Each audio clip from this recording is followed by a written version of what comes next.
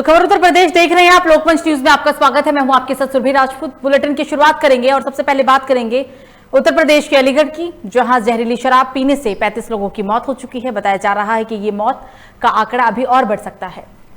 अनुमान लगाया जा रहा है कि ये 35 मौत का आंकड़ा अभी और बढ़ सकता है। साथ ही जिला चिकित्सालय और मेडिकल कॉलेज में भी 14 मरीजों की हालत गंभीर बताई गई है।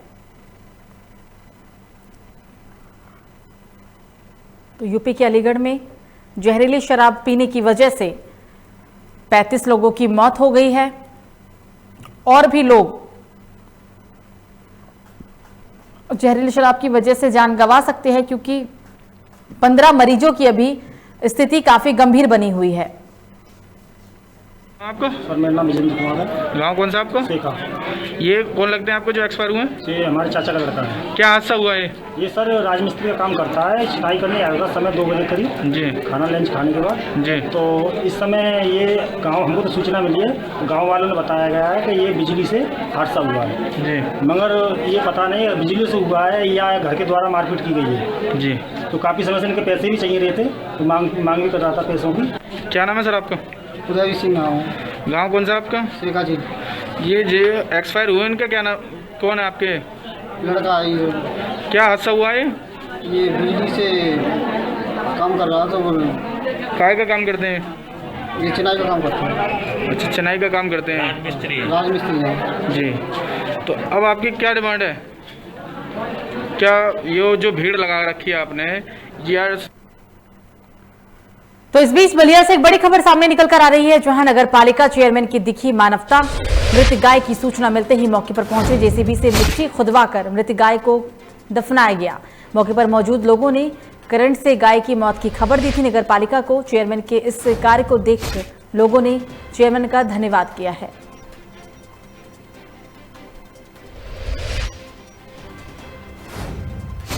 मैं चेयरमैन साहब का बहुत बड़ा शुक्रगुजार हूँ। उनके हलके में न रहते हुए भी मंडी का एक टेलीफोन पर वो आए और वो मरी हुई गाय को दफनाने का काम किए।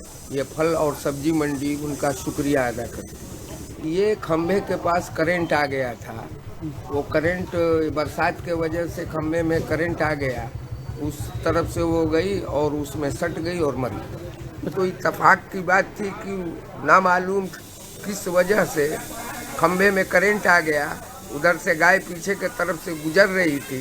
अब किस स्वामी का वो गाय है अभी तक पता नहीं चला। तो फिरोजाबाद से रिश्ते को शर्मसार कर देने वाला मामला सामने आया है, जहां 50 साल की महिला की हत्या कर दी गई। धारदार हथियार से महिला की हत्या की गई है। महिला का पति श्याम सिंह मौके से फरार है। संपत्ति विवाद को लेकर हत्या की आशंका जताई गई। 2 मुख्य आरोपी गिरफ्तार कर लिए गए हैं। थाना रामगढ़ के गांव चनौरा का पूरा मामला।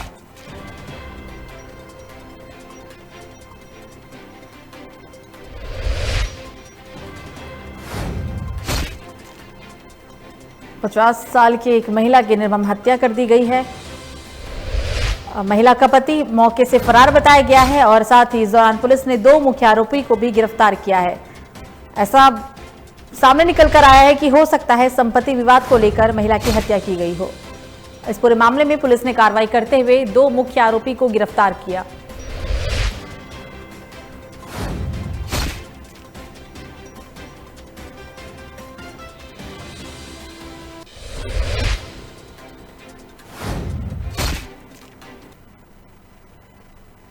तो खबर इटावा से, जहां बड़े पैमाने पर पकड़े गए कछुए तस्करों पर कार्रवाई करते हुए कुछ तस्करों पर दबिश डाली गई, जिसमें तस्करों के पास से दुर्लभ प्रजाति के कछुए पाए गए, जिस पर वन विभाग, इटावा पुलिस और क्राइम ब्रांच की टीम ने संयुक्त कार्रवाई करते हुए 4 तस्करों को भी गिरफ्तार किया। पुलिस की जांच में सामने आया है कि आरोपी 67 कछुओं को बंगाल में तस्करी के लिए ले जा रहे थे।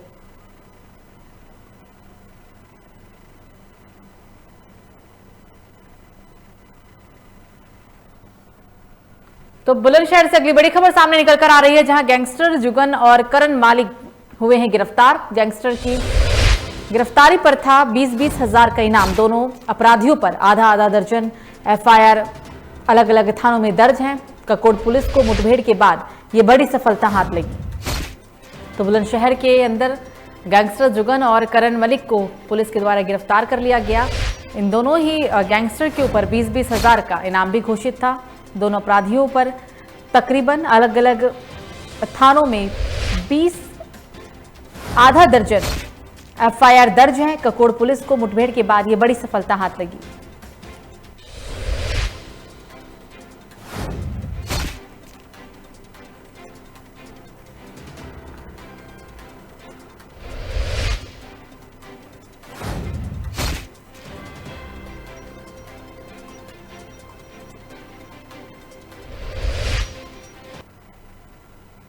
तो खबर ग्रेटर नोएडा से, जहां पूर्व थाना प्रभारी निरीक्षक विवेक त्रिवेदी ने कासना थाने में मिसाल कायम करी है, जिसमें उन्होंने अपने निजी फंड से थाने में मंदिर बनाने का जिम्मा ठाना और मंदिर का निर्माण भी कराया, जिसको लेकर 3 दिनों से मंदिर प्रांगण में पूजा अर्चना का रामायण का आयोजन भी किया गया।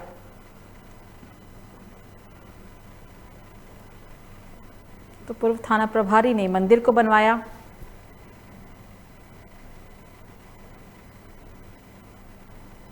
थाना प्रभारी का ये सराहनीय कार्य हम आपको बता रहे हैं, जहां थाना प्रभारी निरीक्षक विवेक त्रिवेदी ने कासना थाने में मिसाल कायम करते हुए अपने निजी फंड से थाने में मंदिर बनाने का जिम्मा उठाया और मंदिर का निर्माण भी कराया।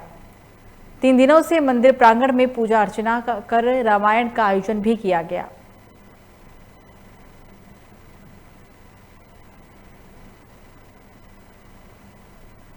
अपने निजी फंड से इस सिपाही ने मंदिर को बनवाया है। ये पूरा मामला यूपी के ग्रेटर नोएडा से। थाना प्रभारी निरीक्षक हैं विवेक त्रिवेदी, जिन्होंने मानवता की मिसाल पेश करते हुए, मिसाल कायम करते हुए अपने निजी फंड से मंदिर बनवाया।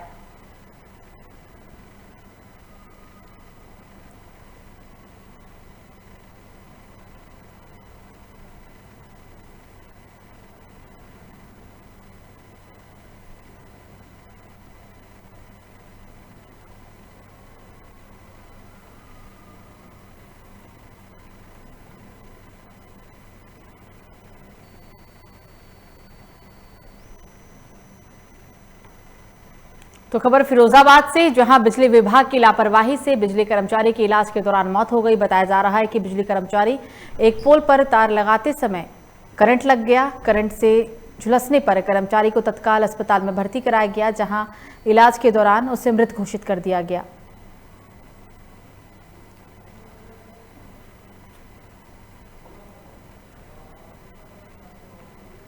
बिजली विभाग की बड़ी लापरवाही देखिए। इलाज के दौरान एक व्यक्ति की मौत हो गई, एक कर्मचारी की मौत हुई है।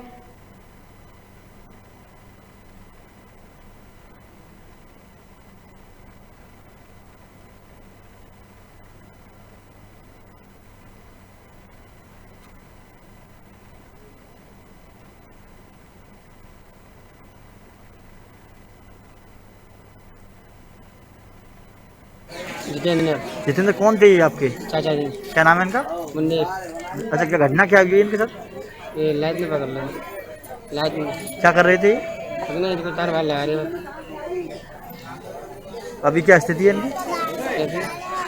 क्या खत्म हो गए हैं ये? हाँ।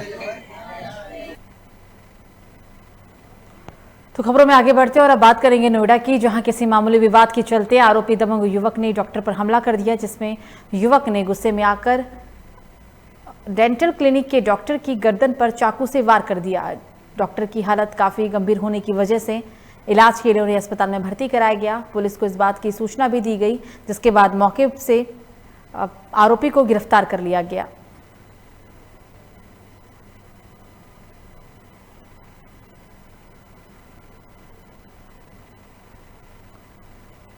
डेंटल क्लिनिक पे एक डॉक्टर पर हमला किया गया। हालांकि इस पूरे मामले में आरोपी को पुलिस ने कार्रवाई करते हुए गिरफ्तार कर लिया है।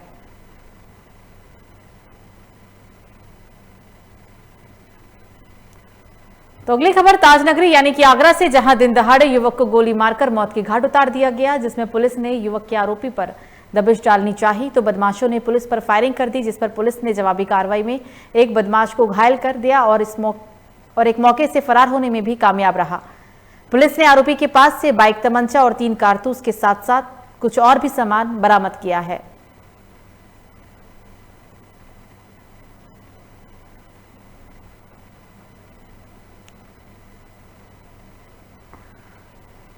दिन दिहाड़े युवक की हत्या की गई थी। ये पूरा मामला हम आपको ताजनगरी आगरा से बता रहे हैं। पुलिस ने युवक के आरोपी पर दबिश डालनी चाहिए, लेकिन यहाँ उल्टा आरोपियों ने ही पुलिस के जवानों पर हमला कर दिया था। पुलिस ने इस दौरान जवाबी कार्रवाई में फायरिंग भी की। फायरिंग के दौरान एक बदमाश घायल हो गया, लेकिन एक बदमाश मौके से भागने में भी कामयाब रहा।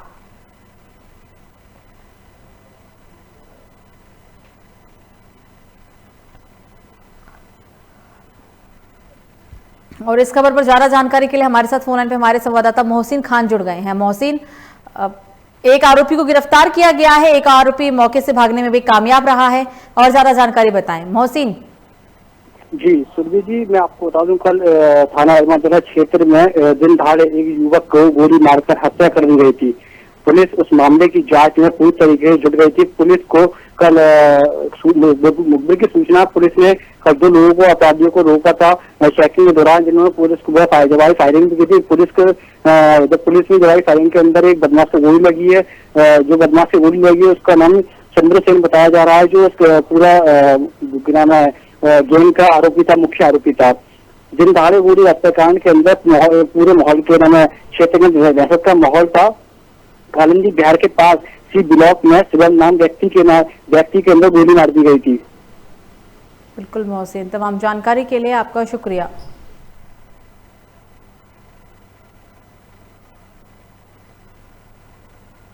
और उसमें 2 व्यक्तियों की सूचना पुलिस को मुखबिर द्वारा प्राप्त हुई थी कि ये लोग इस इलाके में जहाँ हम लोग अभी खड़े हैं वहाँ से गुजरेंगे या उनको नाकाबंदी घेराबंदी करने के लिए पुलिस बल भी यहाँ पे लगाया गया था। एक मोटरसाइकिल पे 2 युवक यहाँ से जाते हुए दिखाई दिए। उनको रोकने के लिए पुलिस ने इशारा किया, परंतु वो नहीं रुके और पुलिस के ऊपर फायरिंग उन्होंने शुरू की। जवाबी कार्रवाई में मुठभेड़ में उन अपराधियों को गोली लगी है। उस अपराधी को, एक अपराधी जो है वो भागने में सफल रहा है। जिस अपराधी को गोली लगी है उसने अपना नाम चंद्रसेन प्रजापति बताया है, जो कि इस घटना का मुख्य आरोपी है, जिसके द्वारा गोली जो है वो चलाई गई थी मौके पे। और इसको अभी प्राथमिक इलाज हेतु एसएन मेडिकल कॉलेज भेजा गया है। मौके से एक मोटरसाइकिल।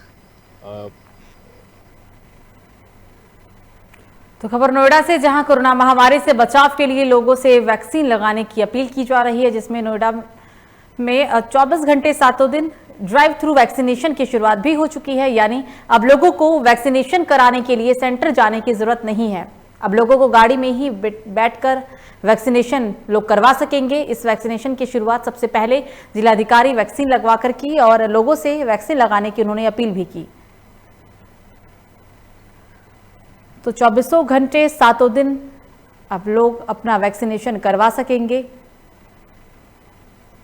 यूपी के नोएडा में इसकी शुरुआत भी हो चुकी है। महामारी से बचाव के लिए लोगों से वैक्सीन लगाने की लगातार प्रशासन अपील कर रहा है और इसी कड़ी में नोएडा के अंदर 24 घंटे 7 दिन ड्राइव थ्रू वैक्सीनेशन की शुरुआत भी की गई है। यानी अब लोगों को वैक्सीनेशन कराने के लिए किसी सेंटर में जाने की जरूरत नहीं है। अब लोग अपनी गाड़ी में ही बैठकर वैक्सीनेशन करवा सकते हैं।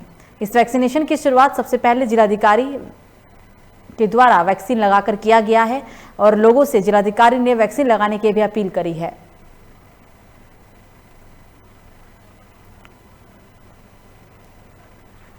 और इस खबर पर ज्यादा जानकारी के लिए हमारे साथ फोन लाइन पे हमारे संवाददाता हरिशंकर जुड़ गए। हरिशंकर, अच्छी पहल देखने को मिल रही है, क्योंकि जिस तरीके से वैक्सीनेशन की शुरुआत 24 घंटे 7 दिन अब लोग वैक्सीनेशन करवा सकेंगे। हरिशंकर जी बिल्कुल, बता दें नोएडा सेक्टर 137 में ये फेलिक्स हॉस्पिटल में इस वैक्सीनेशन की शुरुआत की गई है ड्राइव थ्रू, जिसमें कि आज नोएडा जिलाधिकारी सुहास चहलवाई ने इसका इनॉग्रेशन किया और साथ ही जो फेलिक्स के ऑनर जो मालिक हैं डीके गुप्ता जी, उन्होंने भी इस वैक्सीनेशन को खुद से संचालित किया है।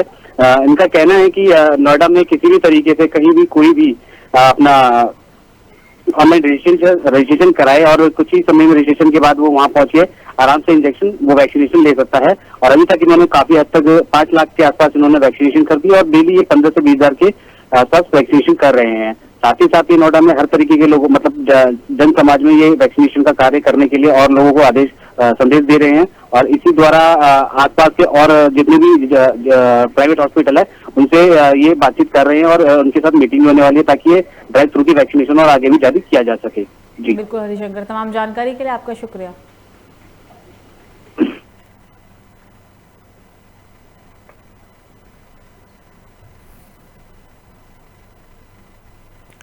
तो खबर शाजापुर से, जहां सामाजिक संगठन जनता की आवाज नामक के संस्थापक संजीव गुप्ता ने डॉक्टर अनिल राज की गिरफ्तारी को लेकर 18 मई 2021 को जिलाधिकारी द्वारा महामहिम राज्यपाल को एक ज्ञापन भेजा था, लेकिन अभी तक डॉक्टर अनिल राज के खिलाफ कोई कार्रवाई नहीं की गई है, जिसके बाद संजीव गुप्ता ने रामलीला मैदान में भूख हड़ताल शुरू कर दी।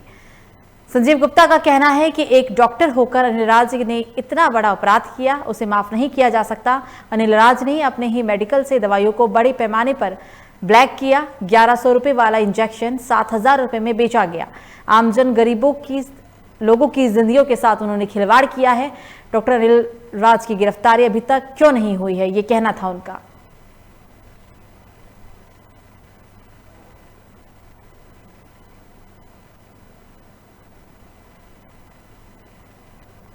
आज हम लोग जो है वो डॉक्टर अनिल राज की गिरफ्तारी को लेकर बैठे हैं।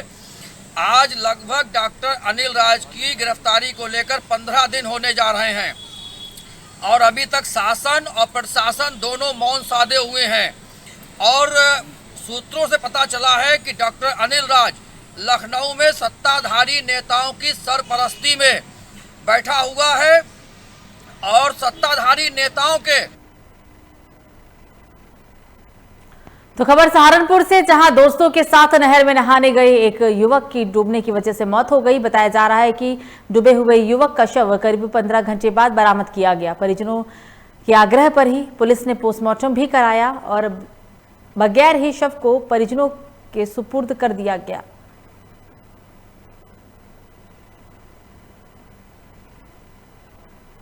क्या हुआ, हम सारे 6-7 दोस्त आए थे नहाने के लिए यहाँ पे में नहा रहे थे। एक दोस्त हमारा निकल के फिर नहर में कूद के हम सारे बाकी उधर नहा रहे थे। बाकी जो गांव के लड़के थे उन्होंने बचाने की कोशिश की।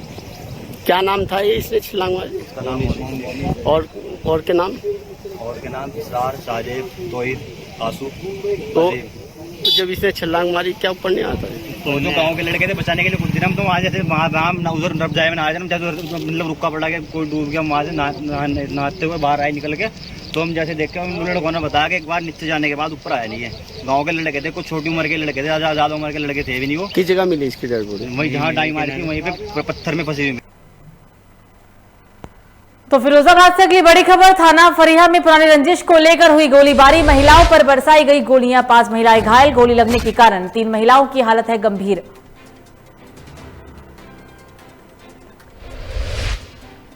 तो फिरोजाबाद से इस वक्त की अगली बड़ी खबर, थाना फरीहा में पुरानी रंजिश को लेकर गोलीबारी की घटना सामने आई है। 3 महिलाएं गोलीबारी के चलते काफी गंभीर भी बताई जा रही हैं। गोली लगने के कारण 3 महिलाएं गंभीर हैं।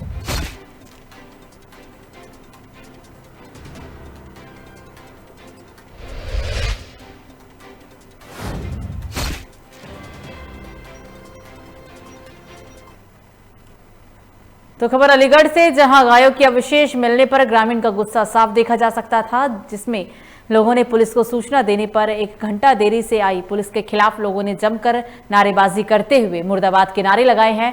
पुलिस ने अवशेषों को कब्जे में लेकर जांच के लिए प्रयोगशाला भी भेजा है और पूरे मामले की छानबीन पुलिस अब कर रही है।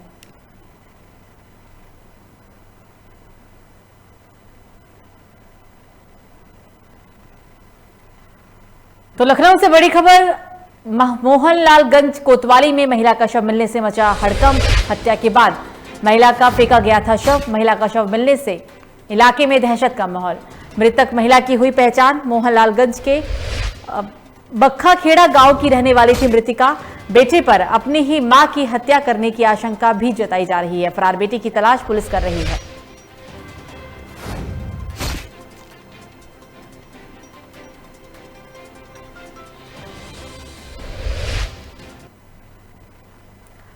तो खबर आगरा से, जहां एक युवक का तमंचे के साथ वीडियो वायरल हो रहा है। बताया जा रहा है कि युवक एक शादी समारोह में गया था। युवक ने शादी समारोह में जमकर उत्पात भी मचाया, जिसके बाद पीड़ित ने थाने में तहरीर देते हुए पुलिस से कार्रवाई करने की मांग पर आरोपी के खिलाफ मुकदमा दर्ज कराया। कार्रवाई करते हुए पुलिस ने इस आरोपी को गिरफ्तार कर लिया।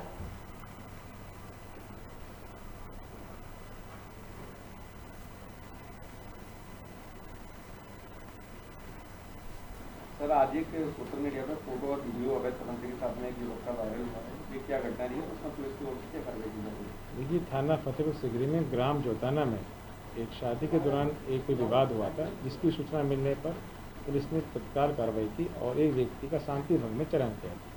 उसके बाद ये वीडियो वायरल हुआ है, जिसमें एक व्यक्ति तमंचे के साथ मोटरसाइकिल से जा रहा है और इसको चूँकि अवैध असला है, इसकी जांच की जा रही है और जांच के उपरांत इसमें हम विधिक कार्रवाई करेंगे और अगर सही पाया गया तो विरोध पंजीकृत कर उसके खिलाफ कार्रवाई की जाएगी।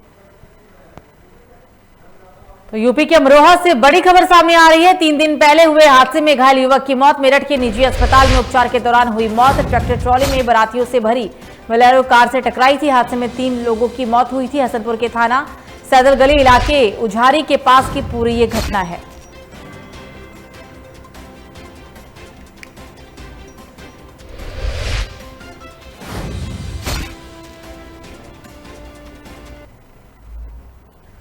तो गौतम बुद्ध नगर में कोरोना के चलते अलग अलग जगहों पर लॉकडाउन को सफल बनाने के लिए चेकिंग अभियान करा जा रहा है। बेवजह सड़कों पर घूमने वाले लोगों के खिलाफ पुलिस के द्वारा कार्रवाई भी देखने को मिल रही है।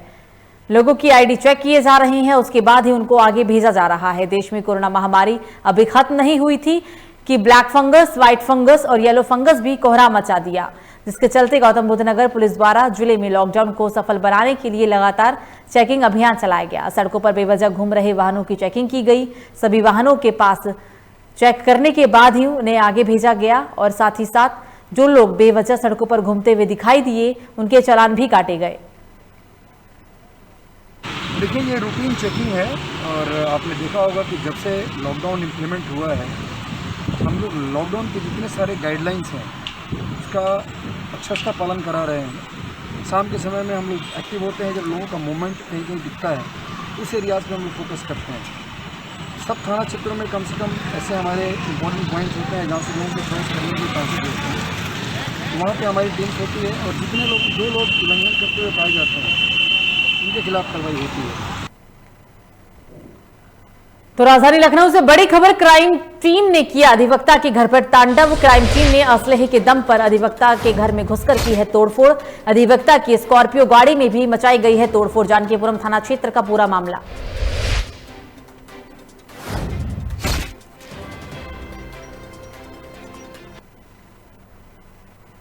तो खबर उन्नाव से, जहां त्रिस्तरीय पंचायत चुनाव होने के बाद शुरू हुआ ब्लॉक प्रमुख की कुर्सी हथियाने का गुंडा राज अब दिखने लगा है।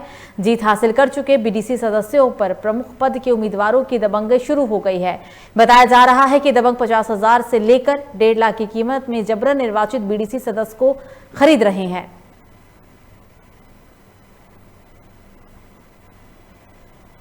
बीडीसी सदस्य को खरीदने का मामला यूपी के उन्नाव से सामने आया।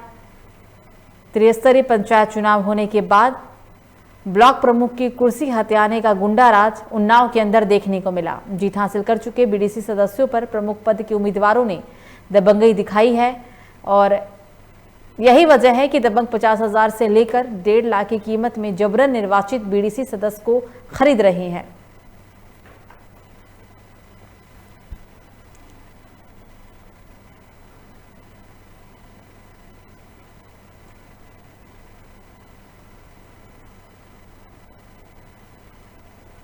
$50,000 से लेकर 1.5 लाख तक में नवनिर्वाचित बीडीसी सदस्य को खरीदने का मामला ये यूपी के उन्नाव से सामने आया है।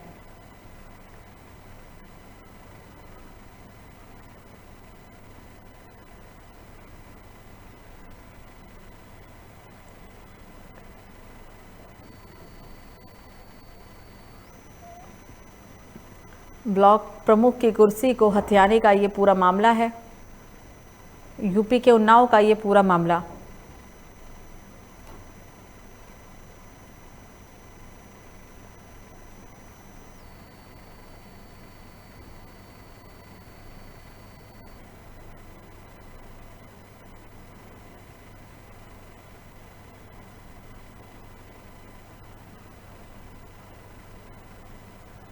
और इस खबर पर ज्यादा जानकारी के लिए हमारे साथ फोन पे हमारे संवाददाता भानु जुड़ गए हैं। भानु, पूरा मामला बताएं सबसे पहले आप हमें। जी बिल्कुल, खुद बताना चाहूंगा। प्रदेश में त्रिस्तरीय पंचायत चुनाव समाप्त होने के बाद में अभी जिला पंचायत अध्यक्ष और ब्लॉक प्रमुखी के चुनाव होने हैं। उस पंचायत चुनाव में जो बीडीसी चुनाव जीत करके आए हुए हैं, क्योंकि जो ब्लॉक प्रमुखी के चुनाव होते हैं उसमें बीडीसी जो वोटर्स होते हैं, जो प्रत्याशी होते हैं, वो मतदान करते हैं। और यहाँ पे हालात, सरकार कह रही है भ्रष्टाचार मुक्त चुनाव कराएंगे, भ्रष्टाचार मुक्त हम समाज बनाएंगे। ऐसे ऐसे उन्नाव जनपद में 16 ब्लॉक है, यानी 16 ब्लॉकों में 16 ब्लॉक प्रमुखी पद के सीटों के चुनाव होने, जिनकी डेट घोषित नहीं हुई। प्रत्याशी पहले से ही अपने दमखम लगा करके बीडीसी जो जीते हुए प्रत्याशी उनको जबरदस्ती अपने कब्जे में करने का प्रयास कर रहे हैं, चाहे वो पैसे से आवे, चाहे वो गुंडे के दम से आवे। नहीं आता उसको धमकाया जाता है, परेशान किया जाता है। यहाँ तक कि 50,000 लाख रुपए कीमत दी जा रही है बीडीसी को अपने पक्ष में लाने के लिए। सरकार अगर भ्रष्टाचार मुक्त चुनाव कराना चाहती है तो ये समस्याएं क्यों आ रही हैं? ऐसा देखा कि एक वीडियो वायरल हुआ जो तहसील हसनगंज की ग्राम पंचायत पमेरिया का है, जिसकी पत्नी ने बयान दिए हैं कि मुझे 50,000 रुपए सुखबीर सिंह जो कि स्पीकर है उसके नाम दर्जनों मुकदमे दर्ज हैं, आज कम से कम 30 साल का आपराधिक इतिहास उनका रहा है। उन्होंने जबरन उसको अपने कब्जे में आने की बात कही है। अब सवाल यह खड़ा हो रहा है, वही भाजपा जो कैंडिडेट हैं जो हसनगंज से तैयारी कर रहे हैं ब्लॉक प्रमुखी के ज्ञान शुक्ला, उन्होंने पोस्टर बना करके वायरल किया था। पोस्टर की सरकार बीडीसी की सुरक्षा सुनिश्चित करे। तो क्या वाकई में सरकार बीडीसी जो वोटर्स हैं या उनके जो प्रत्याशी हैं, अभी जिला पंचायत मामला है उसमें भी समस्या करेंगे, तो क्या वाकई में इस समय जीते प्रत्याशी सुरक्षित नहीं होगी? बिल्कुल बिल्कुल भानु, तमाम जानकारी के लिए आपका शुक्रिया।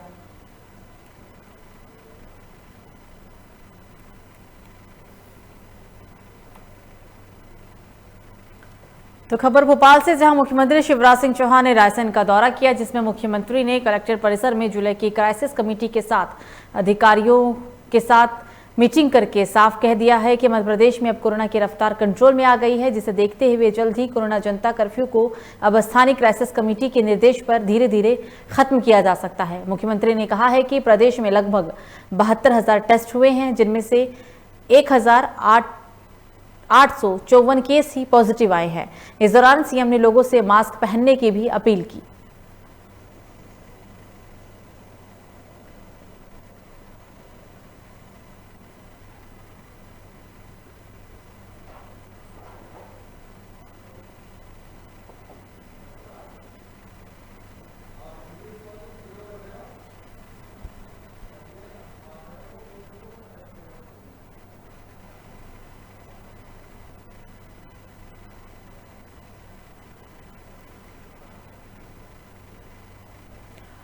खबरों में आगे बढ़ेंगे और अब बात करेंगे सतना की। सतना से खबर है, जहां पूर्व सीएम कमलनाथ ने सतना के मेहर का दौरा किया है। उन्होंने मां शारदा की पूजा अर्चना की।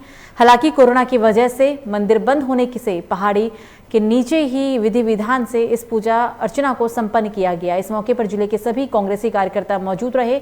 इस दौरान सीएम ने सर्किट हाउस में प्रेस कॉन्फ्रेंस को संबोधित करके कहा है कि प्रदेश में कोरोना से 1.5 लाख लोगों की मौत हुई है, जिस पर कमलनाथ ने सरकार पर आड़े हाथों लेते हुए कहा कि कोरोना से हुई मौतों के आंकड़े सरकार क्यों छुपा रही है? सरकार लोगों को सही आंकड़े बताने चाहिए।